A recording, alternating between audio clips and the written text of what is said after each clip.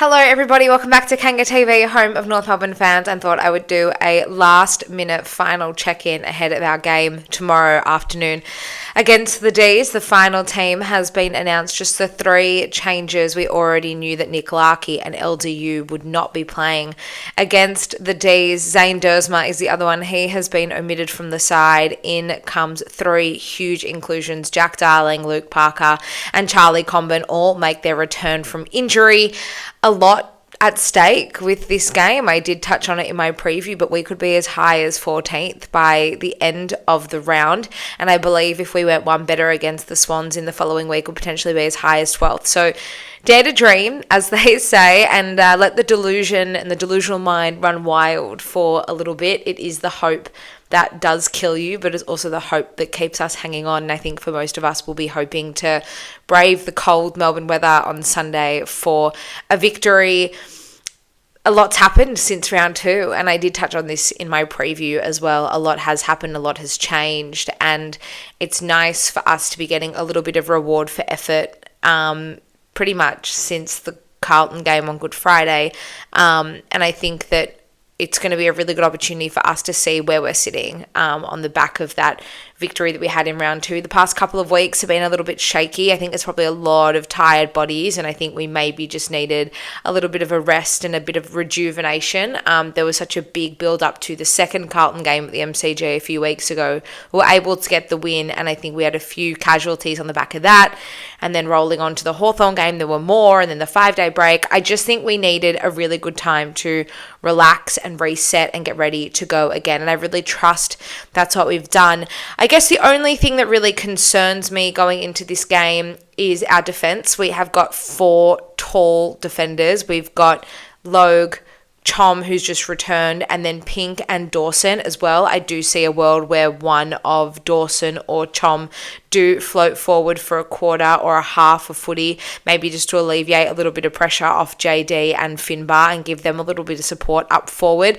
I really hope that Jack Darling plays full forward 100% of the time, and Finbar is the one pinch hitting for Sherry. I think that really benefits both him and us. When JD does play 100% of game time in the forward line, that is where the magic happens. We saw it against Brisbane in that last quarter. He stayed forward the entirety of that last quarter, and he was 2 goals too, and almost the match winner for us. So I really do think that he is capable of having a really big game if he does stay forward, and if we are able to get the ball to him, because that has been our biggest issue all season. It's not so much our accuracy and efficiency inside 50, it's just getting the ball in there to begin with.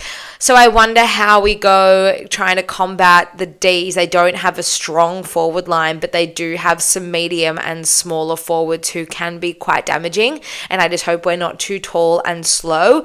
It is forecast to potentially rain on Sunday, but looking a little bit deeper into the weather radar, and I don't think it'll rain during the game itself. So hopefully that doesn't give us a disadvantage, so to speak. I also feel like at the other end of the ground, we potentially could have looked to bring in a small forward ourselves, and maybe someone like Banch or Geordie Payne. I think both of them have been doing all the right things, and I think we are missing a lot of spark and a lot of X factor up forward that we could be getting from one of those guys. I really like Jacob Constantine. I've really enjoyed his season, and I do really appreciate the defensive element that he does bring to that forward line, and that does help us retain the ball inside our forward 50 for a side that doesn't get a lot of supply in there at the moment. That is a really, really vital part and probably quite underrated element of the forward line and of his specific role.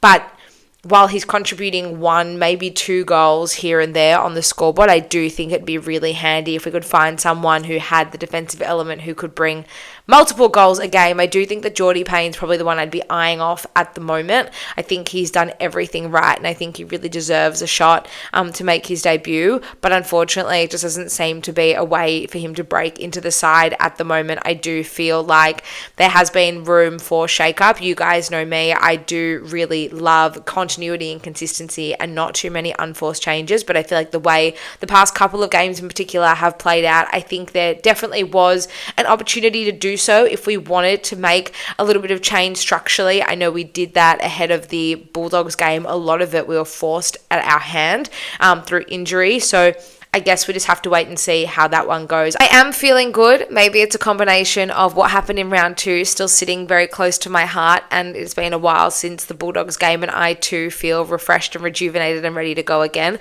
I'd love to hear how you guys are feeling. Leave your thoughts in the comments below. What are you thinking about the final team? Do you think we have what it takes to take it up to the Dees once again? Would love to hear all of your thoughts on that one. We can continue the conversation over on socials as well. Kanga TV show on Instagram, Facebook, X and email. I hope to see all of you at the MCG tomorrow. Bring your warmest gear. Bring all of your best rain jackets and coats. And most importantly, just get ready to cheer on the greatest team on earth. I will see you all at the MCG, and I will see you shortly after for the review as well. Go Roos.